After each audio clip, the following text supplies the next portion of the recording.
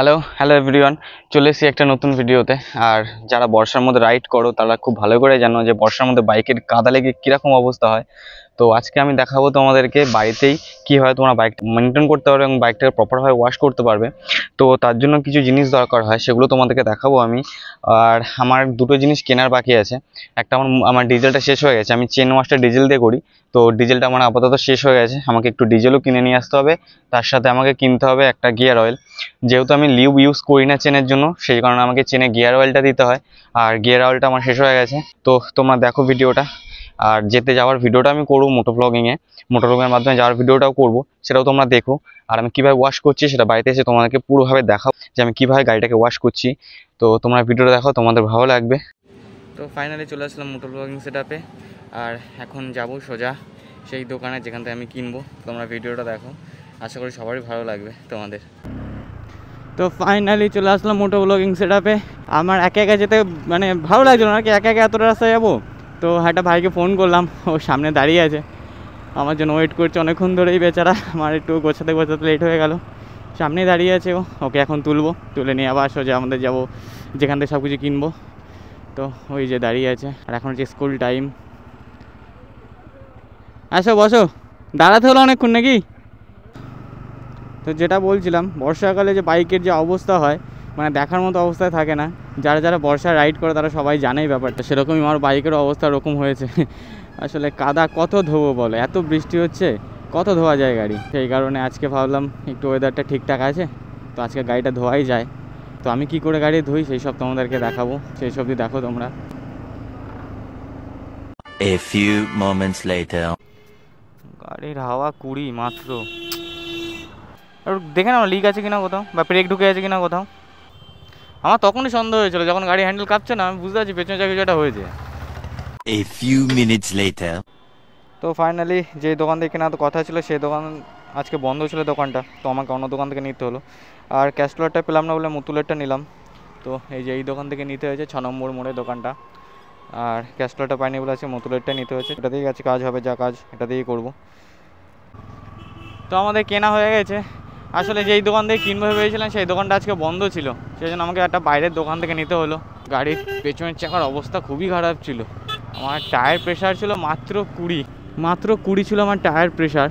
বুঝতে পারলাম না কেন, কারণ রিসেন্টলি আমি একটা লিক সারাই করেইছি, তারপরেও হয়তো কোনো চোরাই লিক হয়ে আছে। দেখি এইবারে হাওয়া দিলাম, এই যে এই দোকান থেকে আমি নেবো, কিন্তু এই দোকানটা যে বন্ধ। তো আজকে আবার হাওয়া দিলাম, দেখি যদি এই হাওয়াটা তাড়াতাড়ি কমে যায় তাহলে ভাববো কোনো চোরাই লিক আছে। এখন দেখা যাক। এই যে সাহেব কলোনি মোড়, ডান দিকে গেলে ব্যারাকপুর এয়ারপোর্ট লাইন, আর বাঁদিকে গেলে কল্যাণী, কিন্তু আমরা যাব সোজা। लेकिन एक सेकंड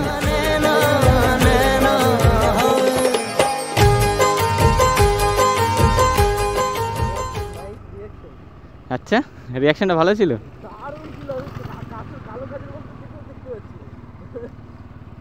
তো বাড়ি থেকে যখন বেরোই গাড়ি নিয়ে, তখন পেছনের চাকাটা অনেক কাঁপছিল, কিন্তু রাস্তাটা খারাপ ছিল, ভেবেছি আমি হয়তো ওই কারণে বাইকের চাকা এরকম হচ্ছে। কিন্তু ভালো রাস্তা আসার পরেও যখন সেম জিনিসটা হলো, তো আমি ভাবলাম গাড়ির পেছনের চাকা নিশ্চয়ই হাওয়া কম আছে। তো হাওয়া চেক করালাম, ওই নিয়ে আমি গাড়ি চালিয়েছি। এখন বাড়ি গিয়ে আবার আমাকে গাড়িটা ধুতে হবে, গাড়ির অবস্থা খুবই খারাপ, চোখ তাকানো যাচ্ছে না গাড়ির দিকে। মানে গাড়িটা যদি কথা বলতে পারতো নিজে, বা নিজে যদি কিছু তার এক্সপ্রেশন দিয়ে কিছু বোঝাতে পারতো, তাহলে হয়তো বলতে পারতো যে তুই কেন চালাস, আমাকে পরিষ্কার করিস না, যত্ন করিস না, কেন চালাস। যাই হোক, আজকে একে যত্ন নেবো ভালো করেই। এখান থেকে যাবো পেট্রোল পাম্পে, পেট্রোল পাম্প থেকে আমার একটা বোতল আছে, বোতল অল্প একটু ডিজেল নেবো। গাড়িতে তেল ভরাবো না, গাড়িতে তেল আছে। এখন জানি না বোতলের আর ডিজেল দেবে কিনা, কারণ নিয়ম তো নেই, দেখা যাক দেয় কিনা। 2000 years later. ক্যামেরায় চার্জ শেষ হয়েছে বলে আমি আর ভিডিওটায় রানিং করতে পারিনি। আর এখানে হচ্ছে আমার গাড়ি ওয়াশ করার ইকুইপমেন্ট, এটা আছে শ্যাম্পু, এটা আছে ডিজেল, আর ওখানে রাখা আছে আমার গাড়ির চেন ওয়াশ করার জন্য ব্রাশ, এটা হচ্ছে গাড়ির চেন ওয়াশ করার জন্য ব্রাশ। আর ওইখানে আছে মাইক্রোফাইবার ক্লথ। তো এইগুলো দিয়ে আমি গাড়ি ওয়াশ করবো বেসিক্যালি। তো তোমরা দেখো পুরো ভিডিওটা আমি কীভাবে করছি। আর কাদা দেখো গাড়িতে কীরকম পরিমাণে কাদা, এই বর্ষাতে এত পরিমাণে কাদা জমেছে আমার গাড়িতে। সামনে ইঞ্জিনও কম কিছু নেই, পুরো গাড়ি কাদা কাদা। তো তোমরা দেখো আমি কি করে গাড়িটাকে পরিষ্কার করি।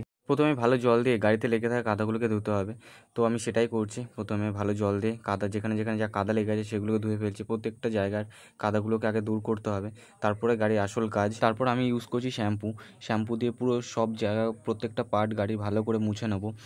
ট্যাঙ্কি থেকে শুরু করে ইঞ্জিন থেকে শুরু করে প্রত্যেকটা জায়গা ভালো করে পরিষ্কার করে নেবো শ্যাম্পু গোলা জল দিয়ে। প্রতিটি জায়গা এমনভাবে পরিষ্কার করতে হবে যাতে কোথাও কোনো এক ফোঁটা কাদা না লেগে থাকে। শ্যাম্পু দিয়ে মোছার পর এবার ফ্রেশ জল দিয়ে গাড়িটাকে পুরো ধুয়ে ফেলছি যাতে কোথাও শ্যাম্পুর ফেনা না লেগে থাকে। তো ধোয়ার পরে দেখবে গাড়িতে কত সুন্দর একটা গ্লোসি আর একটা শাইনিং ভাব চলে আসবে গাড়িতে। তো এটা দেখতে সত্যিই খুব ভালো লাগছিল। তো আমি আস্তে আস্তে চেনে ডিজেল স্প্রে করবো।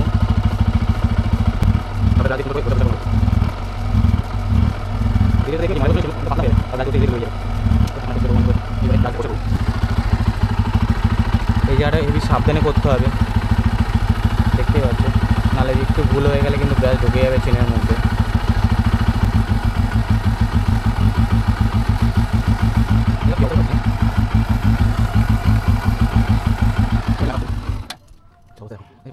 তো আরেকবার স্প্রে করবো, করে কাপড় দিয়ে মুছে দেবো জাস্ট, আর কিছুই না। আরেকবার লাস্টবার এটা স্প্রে করবো, করে মশলাগুলোকে কাপড় দিয়ে মুছিয়ে দিয়ে তারপরে দেখা যায় চেনটা কতটা পরিষ্কার হয় তোমাদেরকে।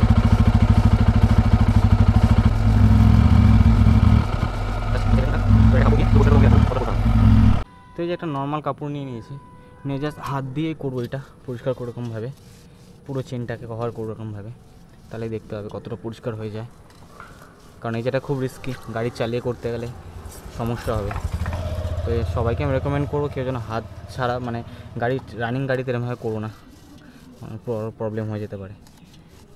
জাস্ট এরমভাবে পরিষ্কার করে দেবো পুরো করে, তারপরে আমি আবার দেখাচ্ছি তোমাদের, ঠিক আছে? তো ফাইনালি আমার চেন পরিষ্কার করা হয়ে গেছে। আর এই দেখো অবস্থা, দেখেছো কোনো কালি নেই, মানে কি অবস্থা ছিল গাড়ির, শুধু ডিজেল দিয়ে আর একটু পরিষ্কার করেছি, দেখেছো অবস্থা কতটা পরিষ্কার হয়েছে গাড়ির চেন, তোমরা দেখলেও বুঝতে পারবে। তো এবার কিছুক্ষণের জন্য এটাকে শুকানোর জন্য দেবো, কারণ এখানে অনেক জল লেগে আছে।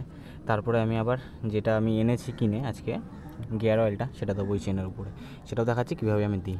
তো একটু ওয়েট করো, গাড়িটা যতক্ষণ শুকিয়ে নিক। A few moments later. এবার গিয়ার অয়েলটা জাস্ট চেনে দিয়ে দেবো, কীভাবে দিচ্ছি দেখো তোমরা, কিছুই না, জাস্ট এরকমভাবে নিয়ে এখানে দিয়ে দেবো গাড়িটা।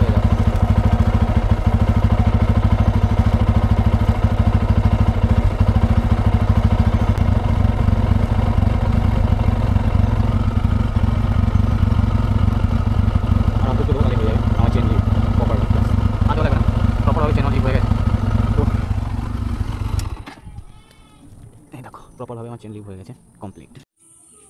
তো ফাইনালি আমার গাড়ির চেন লিভ করা হয়ে গেছে, আর গাড়ি ধোয়াও হয়ে গেছে। খুব একটা ভালো করে ধুইনি, কারণ আবার বৃষ্টিতে ভিজবে, আবার কাদা লাগবে। যতটা দরকার ঠিক ততটাভাবে ধুয়েছি। ধোয়ার পর ঠিক এরকম লাগছে দেখতে গাড়িটা। আর আমি যে গিয়ার অয়েলটা ইউজ করি সেটা হচ্ছে এটা, আমি ক্যাস্ট্রলটা ইউজ করি, কিন্তু ক্যাস্ট্রলটা আজকে পাইনি বলে এটা কিনতে হয়েছে। তো সেম জিনিসই আছে। তো গাড়ির সার্ভিস করে, মানে গাড়ি ধুয়ে গাড়ি চেন লিভ করে মুখ চোখের অবস্থা কিছুটা এরকম হয়েছে, কিছু করার নেই, হবেই। আর তোমাদের যদি এই ভিডিওটা ভালো লেগে থাকে অবশ্যই চ্যানেলটাকে সাবস্ক্রাইব করে দিও, আর ভিডিওটাকে একটা লাইক করে দিও। যতটা পেরেছি আমি তোমাদেরকে দেখানোর চেষ্টা করেছি আমার দিক দিয়ে। তো ভিডিওটা যদি ভালো লেগে থাকে তোমরা চ্যানেলটাকে সাবস্ক্রাইব করে দিও।